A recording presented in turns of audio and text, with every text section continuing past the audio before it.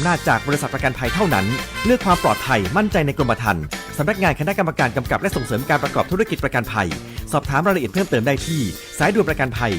1186และสำนักงานคปภ.จังหวัดทุกแห่งว่าด้วยเรื่องการใช้รถใช้ถนนที่หลายคนก็คงเคยเจออย่าขับรถเร็วเลยครับเวลาชนก็ชนแรงขับอยู่ดีๆก็ด้านมีรถคันอื่นขับปาดหน้าคิดดีไว้ครับดีที่ไม่ชนมีรถบีบแตรไล่บางทีผมก็อาจจะเกะกะจริงๆ บ่นได้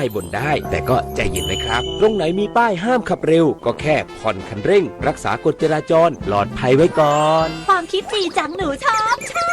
ผมก็ชอบนะป้าก็ชอบแม่ชอบจังขับรถดีมีน้ำใจรักษาวินัยจราจรใครๆก็ชอบ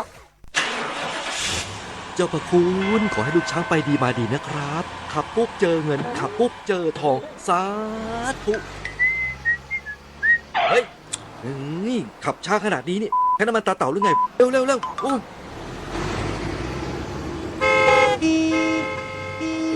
ไงเนี่ยรู้แล้วขอแทรกนิดแทรกหน่อยเนี่ยไม่มีน้ำใจกันเลยอ่ะก็เป็นซะอย่างเงี้ยถนนไม่ใช่ของใครคนใดคนหนึ่งขับรถมีน้ำใจรักษาวินัยจราจรนะคะ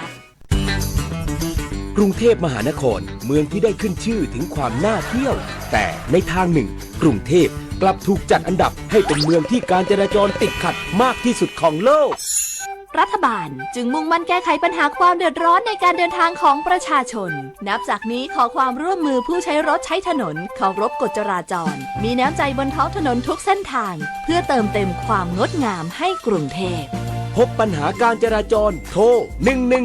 1197ปัญหาการจราจรในเมืองท่องเที่ยวอย่างเชียงใหม่เพื่อให้เกิดความปลอดภัยคำนึงถึง10ข้อหาหลักต้องห้ามขับขี่รถบนทางเท้า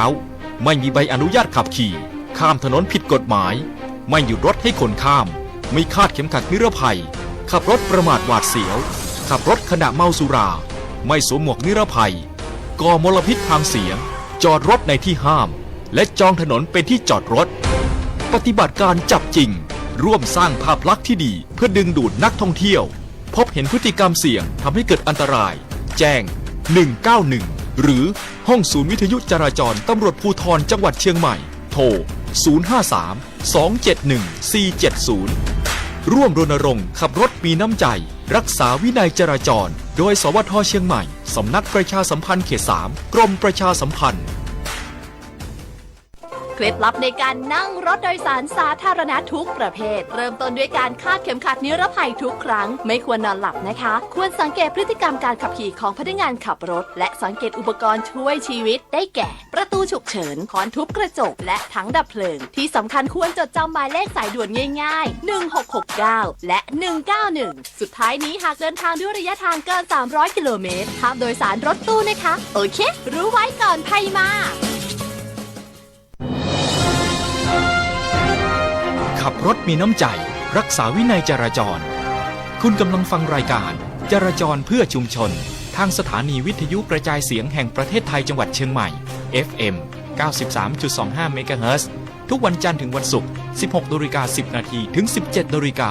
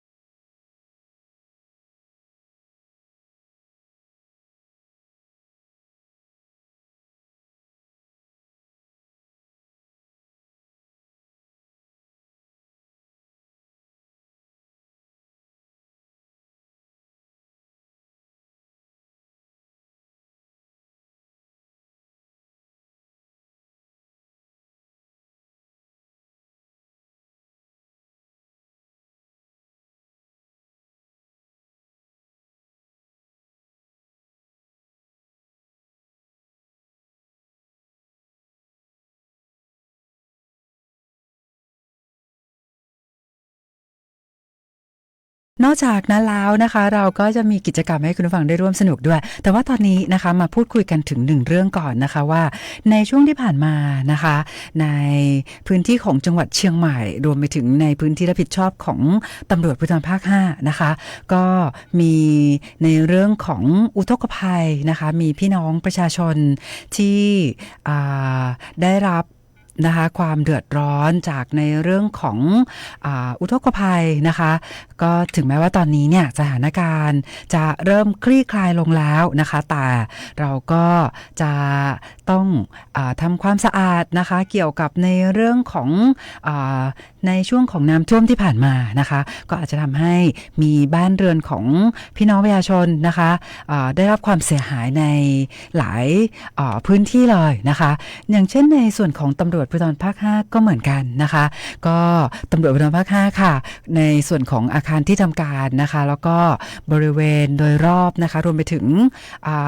ที่พักอาศัยนะคะแฟลตนะคะก็ได้รับความเสียหายเหมือนกันค่ะโดยที่ตำรวจภูธรภาค5นะคะเราก็ยังคงมีกิจกรรมBig Cleaning นะคะทำการฟื้นฟูนะคะในเรื่องของการทำความสะอาดนะคะแต่ว่าในเรื่องของการฟื้นฟูทำความสะอาดในครั้งนี้เนี่ยนะคะก็ได้รับความอนุเคราะห์จากหน่วยงานที่เกี่ยวข้องค่ะให้การสนับสนุนในเรื่องของเครื่องมือนะคะรวมไปถึงเจ้าหน้าที่นะคะที่ให้ความอนุเคราะห์นะคะดำเนินการในเรื่องของการทำความสะอาดนะคะให้การสนับสนุนไม่ว่าจะเป็นในเรื่องของรถดูดโคลนนะคะจากองค์การบริหารส่วนจังหวัดเชียงใหม่นะคะจากเทศบาลนครเชียงใหม่นะคะรวมไปถึงเทศบาลจากหลายๆหน่วยงานนะคะไม่ว่าจะเป็นในส่วนของเทศบาลตำบลชัยสถานนะคะเทศบาลตำบลสันกำแพงเทศบาลตำบลหนองหานเทศบาลตำบลแม่หอพระนะคะโอ้โหหลายพื้นที่เลยนะคะที่ให้ความอนุเคราะห์แล้วก็ให้การสนับสนุนตำรวจภูธรภาค5ในการจัดกิจกรรม Big Cleaning นะคะต้องขอกราบขอบพระคุณมาณโอกาสนี้ด้วยค่ะเอาละค่ะคุณผู้ฟังค่ะตอนนี้นะคะเราก็จะไปสัมภาษณ์นะคะท่านผู้กำกับการสถานีตำรวจภูธรเมืองเชียงใหม่นะคะพันตำรวจเอกปรัชญาทิศลานะคะซึ่งตอนนี้ท่านก็อยู่ในสายกับเราแล้วสวัสดีค่ะครับสวัสดีพี่ต้อมครับแล้วก็สวัสดีพี่น้องประชาชนที่รับฟังอยู่นะครับค่ะก็วันนี้นะคะทางรายการก็รู้สึกเป็นเกียรติเป็นอย่างยิ่งเลยนะคะที่ท่านผู้กำกับการสถานีตำรวจภูธรเมืองเชียงใหม่นะคะให้เกียรติร่วมพูดคุยในรายการกับเราในวันนี้ก็เพราะว่าตอนนี้นะคะมีเกี่ยวกับในเรื่องของนโยบายของรัฐบาลในเรื่องของการกระตุ้นเศรษฐกิจนะคะการมอบเงินนะคะให้กับพี่น้องประชาชนนะคะเกี่ยวกับในเรื่องของโครงการดิจิทัลนะคะเงินดิจิทัลให้กับพี่น้องประชาชนก็ในส่วนของตำรวจเองนะคะเราก็มีหน้าที่ในเรื่องของการรักษาความปลอดภัยในชีวิตและทรัพย์สินให้กับพี่น้องประชาชนก็อยากจะทราบว่านโยบายของภาครัฐในเรื่องของการกระตุ้นเศรษฐกิจนะคะทางสถานีตำรวจภูธรเมืองเชียงใหม่ค่ะมีการดำเนินการในเรื่องนี้อย่างไรบ้างนะคะในเรื่องของการรักษาความปลอดภัยในชีวิตและทรัพย์สินให้กับพี่น้องประชาชนอยากให้ทางท่านผู้กำกับการสถานีตำรวจภูธรเมืองเชียงใหม่นะคะร่วมพูดคุยประเด็นนี้กับพี่น้องประชาชนค่ะเชิญได้เลยค่ะครับสวัสดีครับพ่อแม่พี่น้องประชาชนที่รับฟังอยู่นะครับสืบเนื่องนะครับจากนโยบายของทางรัฐบาลนะครับที่ได้มอบเงินนะครับให้กลุ่มผู้เปราะบางนะครับตอนนี้ก็เริ่มมีการดำเนินการมาได้หลายวันแล้วนะครับสิ่งที่ทางผู้บัญชาการตำรวจภูธรภาค5นะครับท่านพลตำรวจโทกิตติพลยี่สาครรวมถึงท่านผู้กำกับการตำรวจภูธรจังหวัดเชียงใหม่นะครับท่านพลตำรวจตรีธวัชชัยพงศ์วิวัฒนชัยนะครับ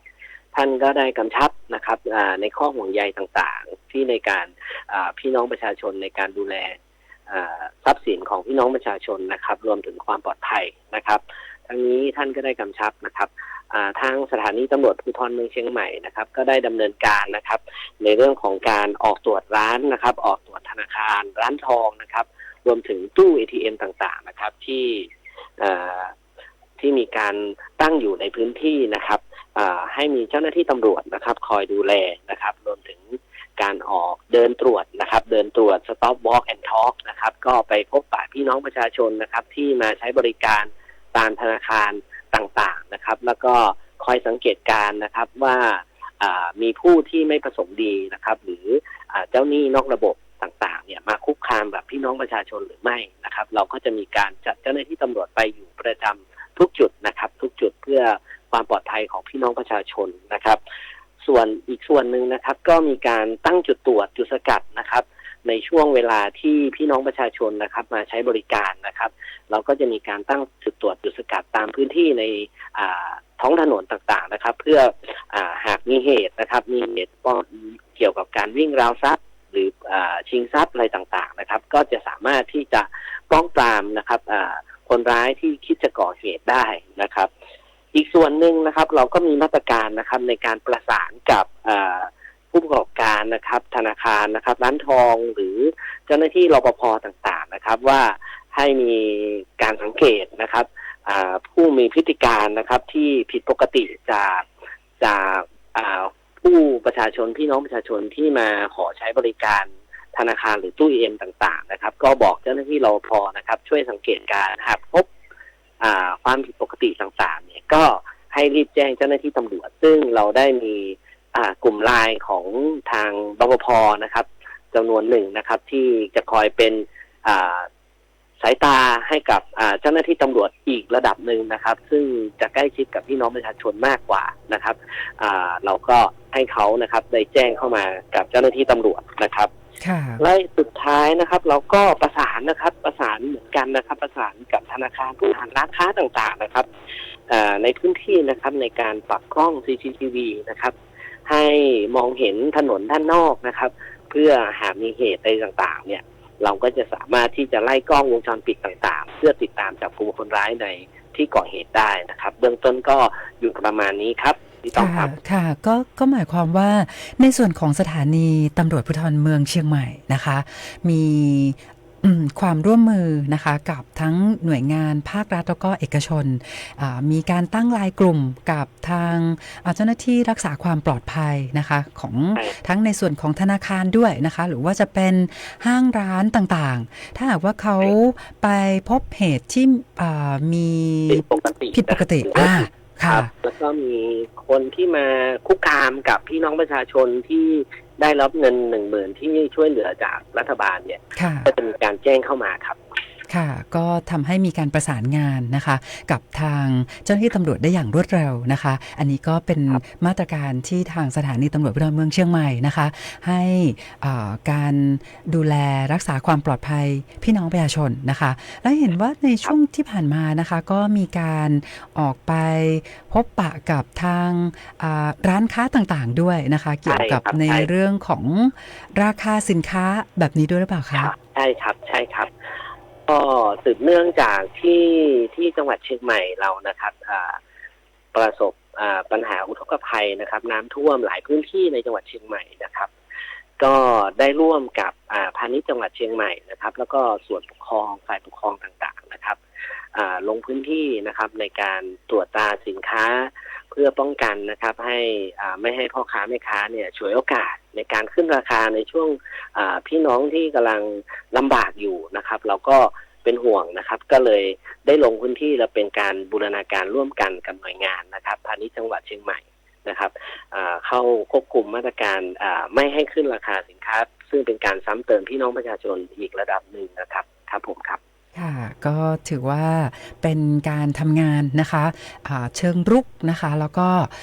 เพื่อให้การรักษาความปลอดภัยนะคะในชีวิตและทรัพย์สินให้กับพี่น้องประชาชนด้วยนะคะคราวนี้นอกจากนั้นแล้วในส่วนของสพ.เมืองเชียงใหม่เองนะคะถ้าหากว่ามีพี่น้องประชาชนที่ได้รับปัญหาเกี่ยวกับในเรื่องของหนี้นอกระบบเนี่ยเห็นว่าสามารถเข้ามาที่สถานีตำรวจภูธรเมืองเชียงใหม่นะคะติดต่อกับทางเจ้าหน้าที่ตำรวจที่สถานีตำรวจได้เลยถูกต้องไหมคะถูกต้องครับก็ขออนุญาตนำเรียนอย่างนี้นะครับว่าหากใครมีปัญหานะครับในเรื่องของหนี้นอกระบบซึ่งจริงๆแล้วก็เป็นนโยบายของทางรัฐบาลนะครับที่ได้ให้เจ้าหน้าที่ตำรวจร่วมกับฝ่ายปกครองนะครับ ลงมาดูแลพี่น้องประชาชนนะครับที่มีปัญหาหนี้นอกระบบ ซึ่งในทุกๆสภ.นะครับมีการตั้งศูนย์นะครับปราบปรามหนี้นอกระบบอยู่นะครับเพราะฉะนั้นแล้วหากพี่น้องประชาชนท่านใดนะครับที่ได้รับความเดือดร้อนนะครับจากแก๊งทวงหนี้นะครับก็สามารถที่จะเข้ามาทุกสถานีตำรวจนะครับในพื้นที่จังหวัดเชียงใหม่ได้ทันทีนะครับทุกพื้นที่นะครับจะมีตำรวจนะครับแล้วก็มีการตั้งศูนย์นะครับตั้งศูนย์ปราบปรามหนี้นอกระบบให้อยู่นะครับเพราะฉะนั้นแล้วพี่น้องประชาชนนะครับสามารถเข้ามาพบเจ้าหน้าที่ตำรวจแล้วก็ปรึกษาหารือได้นะครับครับผมครับค่ะคำถามสุดท้ายค่ะก็คือในส่วนของพื้นที่รับผิดชอบของสถานีตำรวจภูธรเมืองเชียงใหม่นะคะทราบว่ามีในเรื่องของการติดตั้งกล้อง CCTV นะคะในหลายพื้นที่เลยแล้วก็มีความร่วมมือทั้งภาครัฐแล้วก็เอกชนดังนั้นในเรื่องของการป้องกันอาชญากรรมเนี่ยนะคะอยากให้ท่านผู้กำกับนะคะปรัชญาได้ให้ความมั่นใจกับพี่น้องประชาชนว่าผู้ที่คิดจะก่อเหตุนะคะไม่ว่าจะเป็นในเรื่องของการก่ออาชญากรรมต่างๆเนี่ยถ้าหากว่าเราไปก่อเหตุในพื้นที่รับผิดชอบของสภ.เมืองเชียงใหม่เนี่ยนะคะต้องถูกจับกุมได้แน่นอนเลยอย่างนั้นถูกต้องไหมคะถูกต้องครับต้องขอนำเรียนอย่างนี้นะครับว่าเรามีเครือข่ายโครงข่ายในเรื่องของกล้อง CCTV เนี่ยค่อนข้างที่แข็งแรงมากนะครับกล้องเราเนี่ยปัจจุบันเนี่ยเราสามารถเชื่อมต่อได้นะครับหลักพันตัวนะครับเพราะฉะนั้นแล้วกรณีที่เกิดเหตุในพื้นที่สภ.เมืองเชียงใหม่หรือพื้นที่อื่นๆนะครับขอฝากถึงนะครับขอฝากถึงที่คนที่คิดจะก่อเหตุนะครับว่ากล้อง CCTV เราเยอะมากเพราะฉะนั้นแล้วในทุกๆกรณีนะครับก็ฝากถึงพี่น้องประชาชนนะครับโปรดให้ความมั่นใจนะครับว่าเจ้าหน้าที่ตำรวจเนี่ยสามารถติดตามกล้องวงจรปิดได้จนสามารถจับกุมคนร้ายได้แน่นอนนะครับครับค่ะถ้าอย่างนั้นแล้วนะคะผู้ที่อาจจะแบบคิดสั้นๆนะคะจะไปก่อเหตุอะไรอย่างเงี้ยต้องบอกเลยว่าไม่คุ้มแน่นอนนะคะอย่าทำเลยครับถูกจับได้แน่นอนเลยครับเพราะว่าสถิติที่พื้นที่สภ.เมืองเชียงใหม่เมื่อเกิดเหตุชิงทรัพย์ปล้นทรัพย์หรือวิ่งราวทรัพย์เนี่ย 100% นะครับตั้งแต่ผมประจำรักษาประจำเป็นผู้กำกับการที่สภ.เมืองเนี่ยเราจับได้ทุกรายนะครับตอนนี้นะครับค่ะดังนั้นนะคะมั่นใจในการทำงานของเจ้าหน้าที่ตำรวจนะคะในเรื่องของการรักษาความปลอดภัยในชีวิตและทรัพย์สินนะคะโดยเฉพาะในพื้นที่ของสถานีตำรวจภูธรเมืองเชียงใหม่นะคะวันนี้ต้องขอบคุณท่านผู้กำกับการสถานีตำรวจภูธรเมืองเชียงใหม่มากๆเลยนะคะยินดีมากๆครับยินดีมากๆค่ะขอบคุณค่ะสวัสดีค่ะค่ะคุณผู้ฟังค่ะก็ท่านพันตำรวจเอกปรัชญาทิศลานะคะผู้กำกับการสถานีตำรวจภูธรเมืองเชียงใหม่ก็มาร่วมพูดคุยแล้วก็ให้ความมั่นใจกับพี่น้องประชาชนนะคะในด้านของการทำงานของสถานีตำรวจภูธรเมืองเชียงใหม่นะคะให้พี่น้องประชาชนมั่นใจในเรื่องของความปลอดภัยนะคะแล้วก็สำหรับผู้ที่จะคิดก่อเหตุนะคะในเรื่องของอาชญากรรมต่างๆไม่คุ้มแน่นอนนะคะเพราะว่าเรามีในเรื่องของระบบเทคโนโลยีที่ทันสมัยแล้วก็ในเรื่องของการมีส่วนร่วมของพี่น้องประชาชนนะคะในการให้ข้อมูลกับทางเจ้าหน้าที่ตำรวจในเรื่องของการป้องกันอาชญากรรมดังนั้นนะคะก็มั่นใจได้นะคะในพื้นที่รับผิดชอบของสถานีตำรวจภูธรเมืองเชียงใหม่พี่น้องประชาชนมีความปลอดภัยในชีวิตและทรัพย์สินอย่างแน่นอนนะคะคุณผู้ฟังคะก่อนที่เราจะไปเปิดเพลงให้คุณผู้ฟังได้ร่วมสนุกนะคะก็ขออนุญาตนะคะต้อนรับคุณผู้ฟังที่รับฟังรายการกับเราในวันนี้นะคะ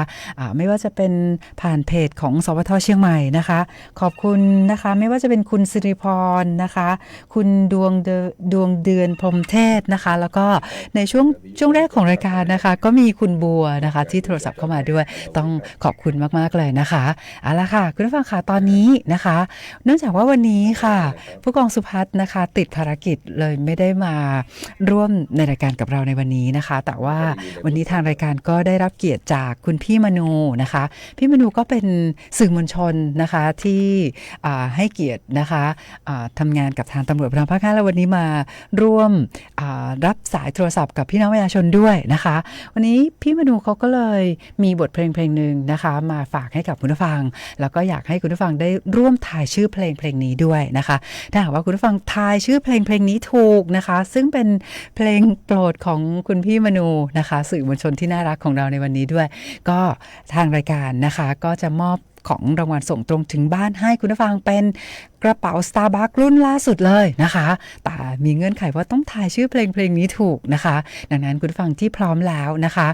053 276 793นะคะสำหรับคุณผู้ฟังที่ทายชื่อเพลงนี้ถูกนะคะก็สามารถโทรศัพท์เข้ามาได้เลยนะคะเราก็จะมีของรางวัลส่งตรงถึงบ้านให้นะคะมาเริ่มกับผลงานเพลงนี้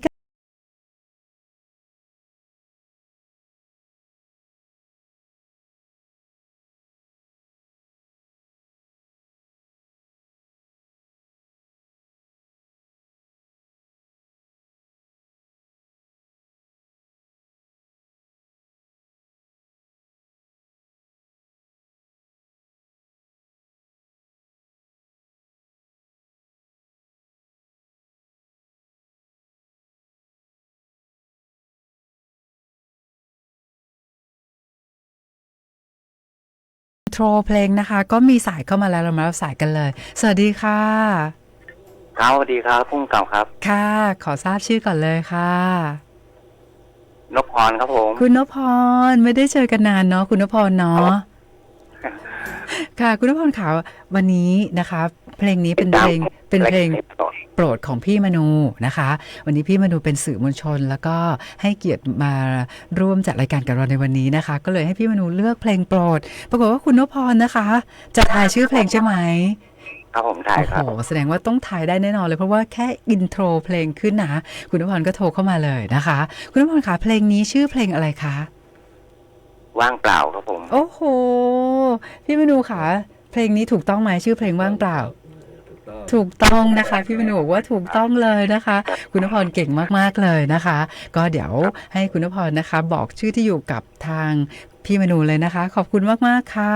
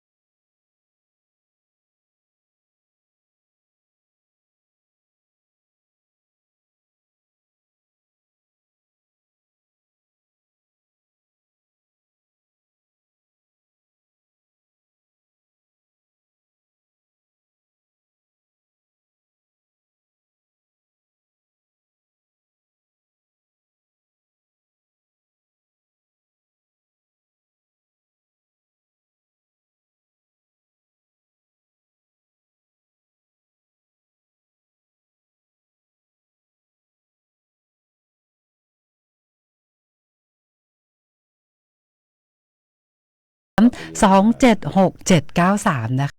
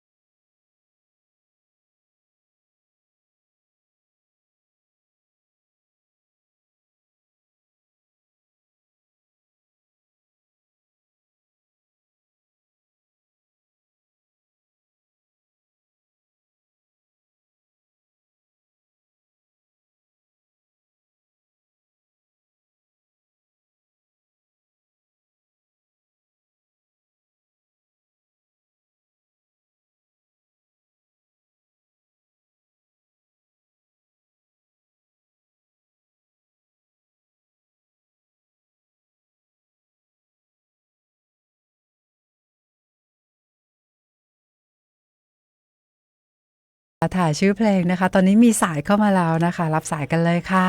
สวัสดีค่ะ ครับผมฟังครับผมต้องสวัสดีครับ ค่ะ แนะนำชื่อตัวเองก่อนได้เลยค่ะ ผมบรมครับผม คุณณรงค์เหรอคะ บรมครับ คุณบรมคุณบรมเราไม่เจอกันนานเนาะค่ะ ครับผมแต่ฟังทุกวันครับ โอเค ขอบคุณมากๆค่ะ คุณบรมขาเพลงนี้ชื่อเพลงอะไรเอ่ย ไอ้คิลลี่มีซับลี่วิทฮิสซองหรือเปล่าครับ คุณบรมบอกว่า Killing Me Softly with His Song หรือเปล่า แสดงว่าไม่มั่นใจสิ มันมีหลายเวอร์ชันนะแต่มันใจฮะแต่มันทำมาหลายศิลปิน นะคะ อาจจะมีศิลปินหลายท่านนะ เอาเพลงนี้ไปขับร้องเนาะ แต่ว่าชื่อเพลงนี้นะคะ คุณบรมอีกครั้งหนึ่ง Killing Me Softly with His Song ครับ ค่ะ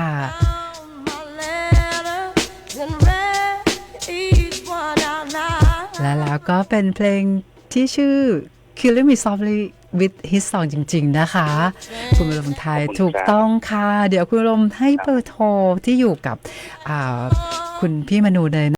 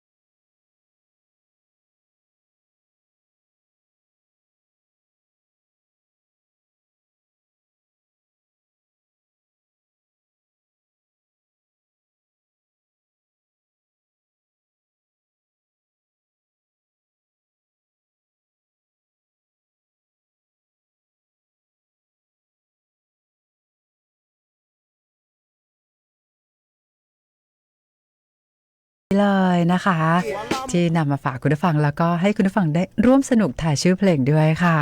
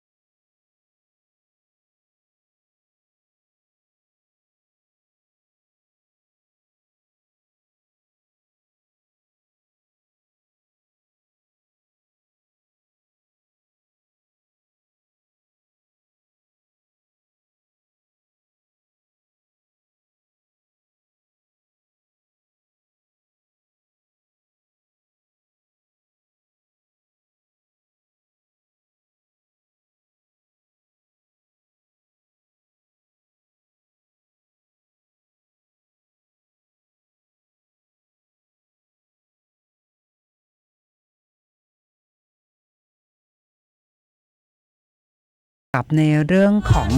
ผู้ที่ไปยินยอมให้แก๊งมิจฉาชีพเนี่ยนะคะใช้บัญชีธนาคารของตนเองหรือว่าซิมโทรศัพท์นะคะเพราะว่าแก๊งมิจฉาชีพเนี่ยไม่ใช้ของตัวเองแน่ๆนะคะแต่ว่าพยายามที่จะ หลอกลวงพี่น้องประชาชนนะคะอาจจะไปใช้นะคะในเรื่องของการซื้อบัญชีธนาคารซิมโทรศัพท์ต่างๆนะคะอันนี้ก็ต้องบอกเลยว่าผู้ที่ไปยินยอมให้กับแก๊งมิจฉาชีพเนี่ยนะคะไปใช้บัญชีม้าซิมผีต่างๆนะคะก็มีผลตามมาที่ไม่คุ้มค่าอย่างแน่นอนนะคะเพราะว่าในเรื่องของข้อกฎหมายเนี่ยนะคะเขาก็บอกว่าในเรื่องของบัญชีม้านะคะผู้ที่ไปเปิดบัญชีหรือว่าไปยินยอมให้ผู้อื่นเนี่ยนำบัญชีของตนเองไปใช้ในการกระทำความผิดมีโทษจำคุกไม่เกิน3ปีนะคะแล้วก็ปรับไม่เกิน 300,000 บาทหรือว่าทั้งจำทั้งปรับด้วยนะคะแล้วก็ในส่วนของผู้ที่ทำหน้าที่เป็นธุระจัดหาโฆษณาเพื่อซื้อขายให้เช่าหรือให้ยืมบัญชีนะคะเพื่อนำไปใช้ในการกระทำความผิดเนี่ยนะคะเป็นแค่พูดโฆษณาเนาะนะคะเป็นธุระจัดหาเนี่ยก็มีโทษจำคุกตั้งแต่2ปีถึง5ปีนะคะปรับตั้งแต่ 200,000 บาทถึง 500,000 บาทหรือทั้งจำทั้งปรับด้วยอันนี้หมายถึงทั้งในส่วนของซิมโทรศัพท์ด้วยนะคะแล้วก็บัญชีธนาคารด้วยดังนั้นไม่คุ้มค่าแน่นอนนะคะและในส่วนของตอนนี้เนี่ยนะคะเกี่ยวกับสถิตินะคะเกี่ยวกับในเรื่องของ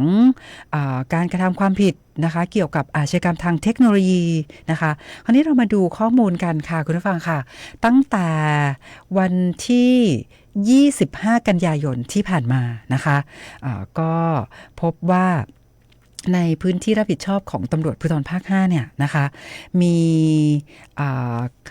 คดีนะคะที่มีมูลค่าความเสียหายตั้งแต่1ล้านบาทขึ้นไปเนี่ยนะคะในวันที่25กันยายนมี1เคสนะคะในพื้นที่รับผิดชอบของตำรวจภูธรภาค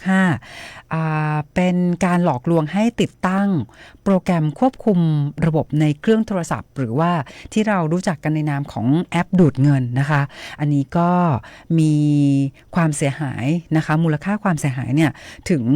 2,471,180 บาทอันนี้เกิดขึ้นในพื้นที่ของสถานีตำรวจภูธรเมืองเชียงใหม่นะคะเป็นการหลอกลวงให้ติดตั้งนะคะโปรแกรมควบคุมโทรศัพท์มือถือนะคะคราวนี้ต่อมาวันที่26กันยายนนะคะก็ในพื้นที่รับผิดชอบของตำรวจภูธรภาค5นะคะมูลค่าความเสียหายที่เกินกว่า1ล้านบาทขึ้นไปเนี่ยเกิดขึ้นในพื้นที่ของสถานีตำรวจภูธรสารพีจังหวัดเชียงใหม่ค่ะเป็นการหลอกลวงให้รักแล้วก็โอนเงินหรือที่เรารู้จักกันในนามของ Romance Scam นะคะเคสนี้เนี่ยมีมูลค่าความเสียหายถึง 2,300,000 บาทนะคะคราวนี้นอกจากนั้นแล้วนะคะปรากฏว่าตั้งแต่วันที่27 28 29นะคะ30กันยายนนะคะไม่มีความเสียหายในพื้นที่รับผิดชอบของตำรวจภูธรภาค5เลยนะคะในกรณีที่มีคดีมูลค่าความเสียหายตั้งแต่1ล้านบาทนะคะไม่มีเกิดขึ้นในพื้นที่รับผิดชอบของตำรวจภูธรภาค5เลยนะคะอันนี้ก็ถือว่าเป็นเรื่องที่ดีมากๆนะคะตั้งแต่27 28 29 30กันยายนนะคะอันนี้ไม่มีพี่น้องประชาชนในพื้นที่รับผิดชอบของตำรวจภูธรภาค5นะคะตกเป็นผู้เสียหายในคดีอาชญากรรมทางเทคโนโลยีเลยนะคะ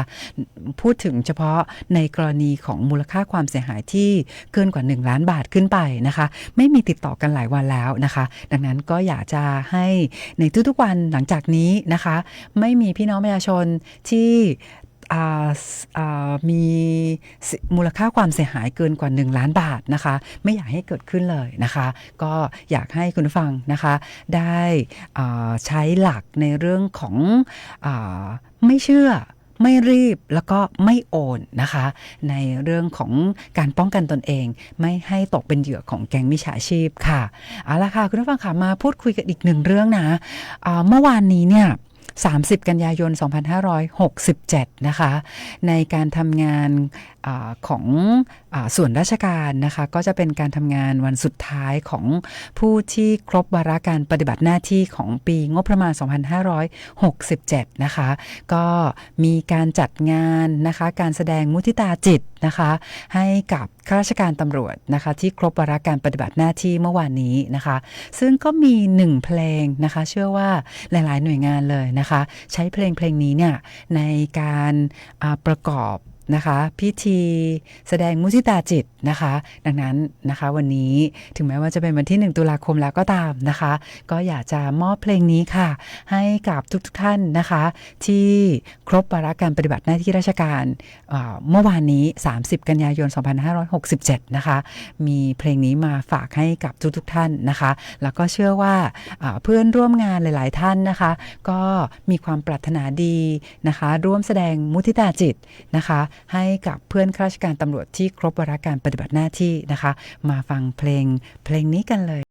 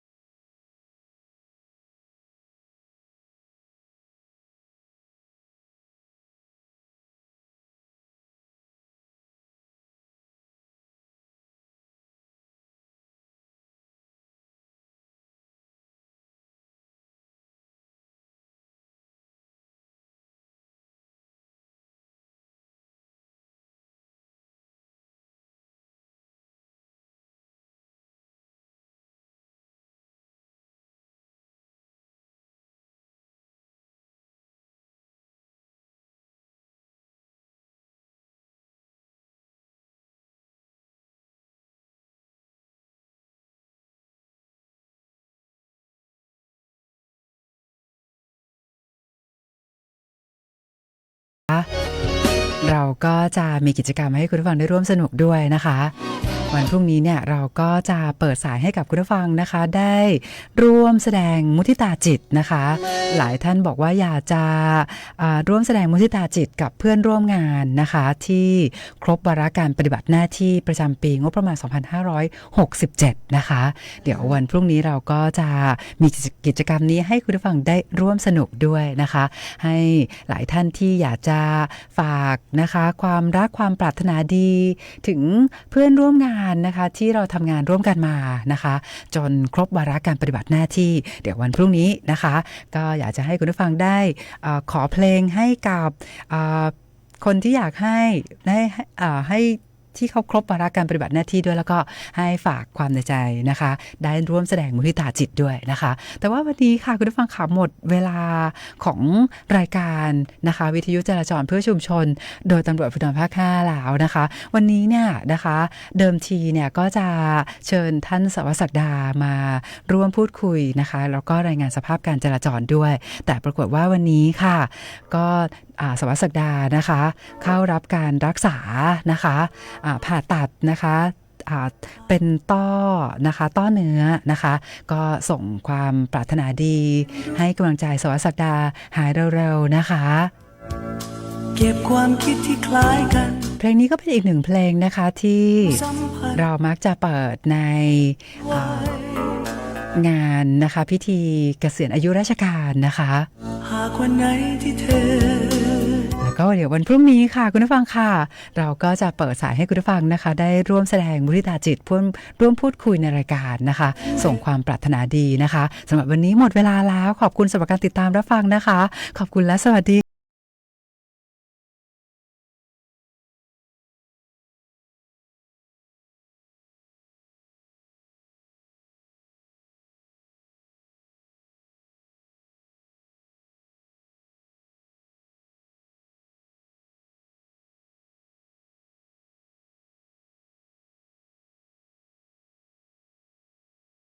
พิสูจน์อัตลักษณ์บุคคลอีกสักครู่กลับมาติดตามรายละเอียดค่ะ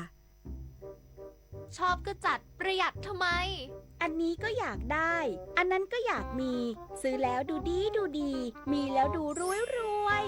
ตั้งสติก่อนจ่ายสตางค์ครับอย่าเพิ่งใช้จ่ายสุรุ่ยสุร่ายจนเกินตัวเราสนับสนุนให้คนไทยวัยหนุ่มสาววางแผนก่อนแก่ด้วยการสร้างวินัยการเงินที่ดีรู้จักเก็บออมและศึกษาการลงทุนให้เหมาะสมกับตัวเองเพื่อคุณภาพชีวิตที่ดีในวัยเก่าบ้านเล็กในป่าใหญ่หนึ่งในโครงการพระราชดำริของสมเด็จพระนางเจ้าสิริกิติ์พระบรมราชินีนาถพระบรมราชชนนีพันปีหลวงที่ก่อเกิดจากความห่วงใยในทุกสุขของราษฎรและส่งเสริมการศึกษาวิจัยหาวิธีให้คนอยู่กับป่าได้โดยไม่เกิดการทำลายเน้นการพึ่งพาตนเองสร้างชุมชนให้เข้มแข็งเพื่อชีวิตความเป็นอยู่ที่ดีขึ้นและคนกับป่าจะได้อยู่ร่วมกันอย่างยั่งยืนปกติเวลากินเหลือแบบนี้คุณทิ้งอาหารกันยังไงคะรู้หรือไม่ว่าปัญหาขยะอาหารก่อให้เกิดก๊าซเรือนกระจกเพิ่มขึ้นถึง 8% ส่งผลให้เกิดภาวะโลกร้อนวิกฤตปัญหาสิ่งแวดล้อมที่ทั่วโลกกำลังเผชิญมาร่วมกันจัดการขยะอาหารด้วยการกินแต่พอดีไม่เหลือทิ้งเปลี่ยนขยะให้เป็นประโยชน์เศษอาหารไปทำปุ๋ยอินทรีย์หรือแปรรูปเป็นพลังงานนำกลับมาใช้ใหม่ลดขยะลดโลกร้อนเราเปลี่ยนโลกเปลี่ยนกรมประชาสัมพันธ์ร่วมกับสภากาชาดไทยเชิญชวนบริจาคสิ่งของช่วยเหลือผู้ประสบภัยน้ำท่วมบริจาคได้ที่อาคารปฏิบัติการหลังใหม่ถนนวิภาวดีรังสิตสภากาชาดไทยและสำนักงานเหล่ากาชาดทุกจังหวัดหรือโอนเข้าบัญชีสภากาชาดไทยเพื่อภัยพิบัติธนาคารไทยพาณิชย์เลขที่ 045-3-04637-0 โทร 092-2